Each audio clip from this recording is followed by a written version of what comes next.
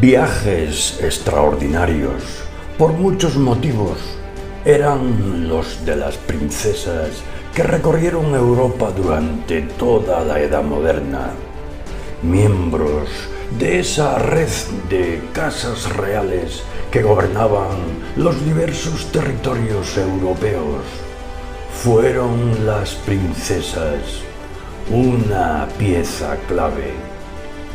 Hijas de reyes, debían convertirse en esposas de reyes para ser reinas y madres de reyes, contribuyendo así a la pervivencia del sistema de poder monárquico que se basaba en la familia, en la dinastía, en la continuidad. Los viajes de estas princesas, realizados para casarse con varones de otras familias soberanas, eran viajes necesarios, con una finalidad muy determinada.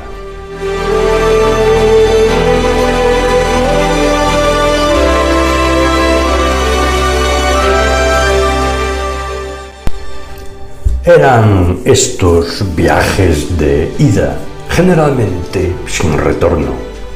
Ello implicaba algo muy especial tanto para la princesa que partía como para los familiares y personas queridas que dejaba atrás. El matrimonio de la infanta Catalina Micaela, hija menor de Felipe II, con el duque Carlos Manuel de Saboya, fue un episodio muy celebrado a finales del siglo XVI. Las implicaciones políticas, diplomáticas y culturales de esta boda fueron muchas y la presencia de la infanta española en la corte de Turín tuvo una gran proyección. Una veintena de redacciones se hicieron eco del acontecimiento. Algunas describen la jornada nupcial en España al completo, con la salida de la familia real de Madrid y la llegada del duque a Barcelona en enero de 1585, el encuentro de unos y otros en Zaragoza, la ciudad elegida para la celebración de la boda y las fiestas conmemorativas realizadas en este lugar y también en Barcelona, donde a mediados de junio embarcaron los recién casados con destino a Saboya. La parte final del viaje de Catalina Micaela, ya en territorio del Ducado de Saboya, fue objeto de otras relaciones, en las que destacaron las recepciones urbanas y los espectáculos festivos con que fueron agasajados desde el desembarco en Niza y hasta la llegada a Turín. La infanta nunca más volvería a ver ni a su padre ni a su hermana, las dos personas a las que más unida había estado en su juventud. Desde entonces, fueron las cartas las encargadas de mantener el vínculo familiar. En otros casos, la despedida se demoraba, pues transcurría un tiempo largo entre la boda y la partida.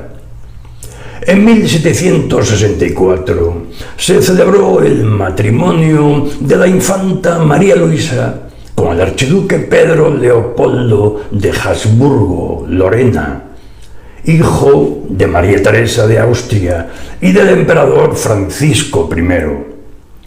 La boda tuvo lugar el 16 de febrero de ese año de 1764, pero la marcha de la infanta archiduquesa se aplazó hasta junio de 1765, en que se despidió de su familia en el real sitio de Aranjuez y dejó la corte española camino de Cartagena, desde donde se embarcaría en dirección a su nuevo país. La gran mayoría de las infantas dejaban España para siempre. Se separaban de su familia y de sus amigos y conocidos. El suyo era un adiós definitivo y ellas lo sabían muy bien. Durante años, la relación familiar se reducía solo a cartas y noticias. En el siglo XVI volvieron varias infantas a España por iniciativa propia y porque el emperador Carlos V las reclamó para confiarles encargos de gobierno, entre ellas dos de sus hermanas, Leonor y María, y sus dos hijas, María y Juana. Posteriormente las cosas cambiaron. En los siglos XVII y XVIII, la posibilidad de volver, sobre todo de volver para quedarse, era muy remota. Regresar de visita fue algo muy deseado que logró María Ana Victoria, reina de Portugal, ya viuda, para ver a su hermano Carlos III.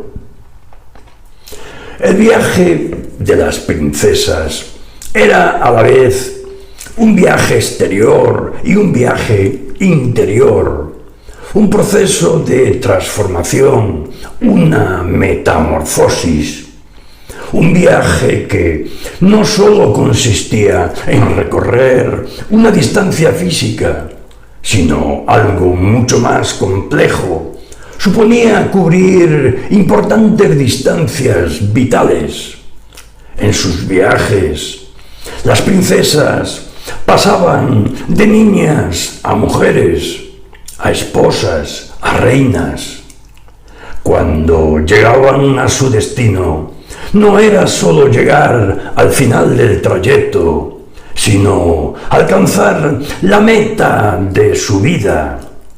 En los viajes de las princesas no se trazaban siempre los recorridos más simples y directos.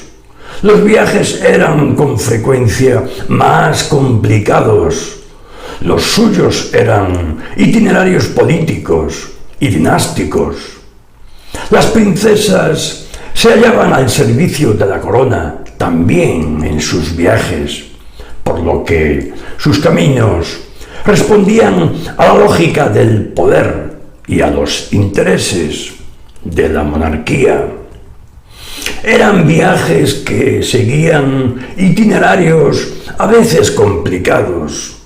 No siempre se hacían por los caminos más cortos. En muchas ocasiones estaban condicionados por la política, atravesando tierras propias y tierras extranjeras. Preferían siempre pasar por territorios propios o por países amigos, evitando países enemigos o poco seguros. En el caso de Isabel de Farnesio, segunda esposa de Felipe V, el camino que la llevaba de Parma a España, de su país de origen a su nuevo reino, era el camino de Isabel hacia la realeza. Sería un camino largo de 3 meses, lleno de gratas novedades y también de peligros. Un camino que ella recorrería con decisión, asumiendo paso a paso todas las ventajas y todas las cargas de la realeza. Su metamorfosis, su transformación de princesa en reina, en el que ella demostraría su voluntad de protagonizar su propia vida. Los viajes de las princesas estaban muy organizados y con muchos medios, siempre acompañadas de una gran comitiva en la que se integraban muchos caballeros y abundante tropas de guardia. Los suyos fueron viajes largos y con frecuencia complicados, por razones muy diversas, previstas e imprevistas. Los viajes eran por tierra y por mar. La geografía y el clima eran retos permanentes para todos los viajeros, también para las princesas. En los viajes por tierra había que afrontar pasos de montaña difíciles, atravesar ríos, a veces crecidos y peligrosos. El sol, la lluvia, la nieve, la niebla, los vientos podían complicar todavía más el trayecto. Los viajes por mar, con el riesgo de tormentas y naufragios, y con mareos difíciles de evitar, eran igualmente peligrosos. Los desplazamientos no siempre se realizaban en la mejor época del año. Mucho calor y polvo en verano, frío y nieve en invierno, muchas lluvias en ciertos meses según las regiones. Surgieron problemas e imprevistos a los que hubo que hacer frente. Un buen ejemplo de los problemas de la navegación fue el viaje de la infanta Juana a los Países Bajos en 1496. Los reyes católicos, desde el año 1490, intentaron concertar el matrimonio de la infanta Juana y el príncipe Juan con Felipe y Margarita, hijos del futuro emperador Maximiliano I, con la intención de aislar políticamente a Francia, aunque no tuvieron éxito hasta finales del año 1494. Los primeros acuerdos para llevar a cabo el doble matrimonio fueron firmados el 20 de enero de 1495 y las negociaciones concluyeron el 5 de noviembre del mismo año con la firma del contrato matrimonial. Poco después tuvo lugar la celebración de los esponsales por poderes. Desde el mes de noviembre se comenzaron a planificar cuidadosamente todos los detalles del viaje, bajo la supervisión de la reina Isabel.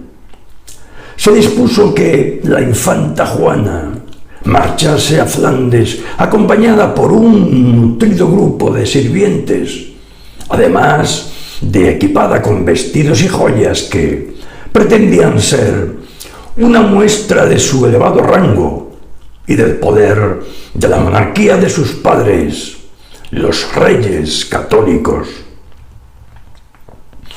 Concluidos todos los preparativos, en agosto de 1496, Juana se dirigió a Laredo en compañía de su madre y sus hermanos.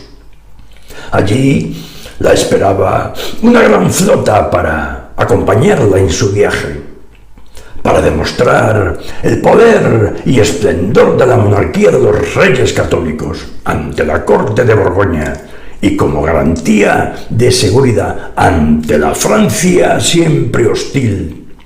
La flota estaba formada por 133 buques, sobre todo naus y carabelas, con 15.000 hombres. El viaje que condujo a Juana a los Países Bajos comenzó el 22 de agosto y fue azaroso desde sus comienzos, ya que el 31 de agosto los vientos desfavorables y las corrientes obligaron a la escuadra a refugiarse en las costas inglesas, en Portland, en donde permaneció hasta el 2 de septiembre. Cuando finalmente la flota pudo acercarse a Middelburg, en Zelanda, una carraca genovesa que transportaba a 700 hombres y parte del equipaje, incluido el vestuario de doña Juana y muchos de sus efectos personales, chocó contra un banco de arena y se hundió. La llegada al puerto supuso un gran alivio para la archiduquesa y sus acompañantes, que muy pronto sufrieron una gran desilusión al recibir la noticia de que Felipe el Hermoso no había acudido a recibir a su futura esposa. Ello se debía a la oposición de los consejeros francófilos de Felipe a las alianzas de matrimonio pactadas por su padre, el emperador Maximiliano, con los reyes católicos. Aún en 1496, los consejeros albergaban la posibilidad de convencer a Maximiliano de la inconveniencia de una alianza con Castilla y las virtudes de una alianza con Francia. Juana se encontró con Felipe el 20 de octubre de 1496. Inmediatamente se celebró la boda y se consumó el matrimonio. De allí, los esposos fueron a Amberes a despedir a la archiduquesa Margarita, que, acompañada de la flota que había llevado a Juana a los Países Bajos, partiría hacia España, donde la esperaba el príncipe don Juan. Felipe y Juana se marcharon a Bruselas. El viaje de Juana de España a Flandes había terminado y comenzaba su nueva vida como señora de los Países Bajos.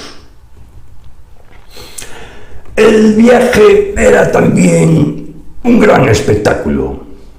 Las princesas viajaban con grandes comitivas de acompañamiento por necesidad y por prestigio. El paso de estos largos y espléndidos desfiles causaba impacto en campos y ciudades, y las gentes se congregaban en los caminos para admirarlos. La comitiva de Isabel de Valois, cuando viajó de París a Madrid para casarse con Felipe II, fue espléndida. Su madre, la reina viuda Catalina de Médicis, la envió al encuentro de su esposo, acompañada de un brillante séquito. Como era habitual, en la frontera se despidieron de ella la mayoría de los nobles franceses de alto rango y otros servidores mucho más humildes, pero no menos útiles, incluidos varios acemileros y mozos de carruaje. La recibió un grupo parecido. Felipe II escogió a uno de los grandes de España más destacado, don Íñigo López de Mendoza, cuarto duque del Infantado, y a Francisco de Mendoza, arzobispo de Burgos. Encabezaban un impresionante séquito que incluía a otros 13 títulos y más de 100 caballeros y gentiles hombres de su linaje. También envió don Felipe numerosos carruajes con la servidumbre necesaria para transportar al séquito real.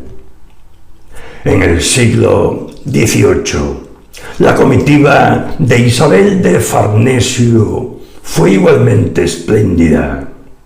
Isabel viajaba acompañada de su familia y de las grandes familias de Parma y Piacenza. Unos viajaban a caballo, otros en carruajes, otros en literas. La reina iba con su madre en una hermosa carroza tirada por 6 caballos. En representación del rey de España, dirigía el cortejo el cardenal Acquaviva, como hombre de confianza del duque de Parma, acompañaba a Isabel, el marqués de Scotti. En calidad de camarera mayor, iba la princesa de Piombino, guardias de corps, gran cantidad de servidores y criados, y una enorme impedimenta cargada sobre 60 mulas completaban el séquito. Isabel se había preocupado de prepararse un espléndido ajuar digno de su nueva condición regia y se lo llevaba con ella a Madrid. Una gran multitud de parmesanos aclamaron a su princesa desde la salida del palacio hasta la puerta de San Francisco y durante muchas leguas del camino, deseosos de ofrecerle una calurosa despedida. El viaje es una experiencia para cualquier viajero, y los viajes fueron grandes experiencias para las princesas y para las personas que las acompañaban. Los viajes se aprovechaban para realizar visitas a personas que se hallaban en el itinerario, para conocer lugares, obras de arte, instituciones, centros religiosos. Eran ocasiones de salir del cerrado mundo de la corte y entrar en contacto con el mundo exterior. El viaje de Isabel de Farnesio en 1714 resulta muy representativo de un viaje que es más que un simple recorrido, sino que resulta bien aprovechado visitando lugares, monumentos y personas. Tras decidir viajar por tierra desde Génova a Madrid, la comitiva se instaló en San Pierre d'Arena, en el palacio de Carlo Lomelino. Isabel permaneció alojada allí durante una semana, descansando para reponerse del mareo. El día 7 de octubre asistió a un concierto ofrecido en su honor y el día 8 fue a venerar las milagrosas cenizas de San Juan Bautista, conservadas en la iglesia de San Lorenzo. La reina atravesó las calles de la ciudad de Génova hasta la iglesia, donde fue recibida por el arzobispo, las demás autoridades eclesiásticas y la nobleza. El regreso se hizo por otras calles con el fin de permitir a Isabel conocer la ciudad, siendo muy aclamada por los genoveses. Hizo muchas otras visitas en el Palacio Doria. Pudo admirar los cuadros de Van Dyck, uno de sus pintores predilectos. Los viajes eran muy largos, duraban semanas y meses. Las princesas se detenían en diversos momentos para descansar, para comer, para recibir agasajos. Un caso muy significativo es el viaje de Isabel de Farnesio de Parma a Madrid. Ya de por sí largo, se alargaba cada vez más. Desde Madrid, Felipe V enviaba correo tras correo, solicitando a su deseada esposa que apresurara su marcha, pero sus ruegos no surtieron efecto alguno. Isabel se lo tomaba con calma, marcaba su propio ritmo. Solía levantarse hacia las 9, pasaba 3 horas largas rezando y arreglándose, 2 horas más las empleaba en comer y por la tarde hacía un trecho de camino, siempre corto. Solo viajaba 4 o 5 horas diarias y aprovechaba todas las oportunidades para detenerse a descansar, a hacer visitas y a recibir toda clase de homenajes y agasajos.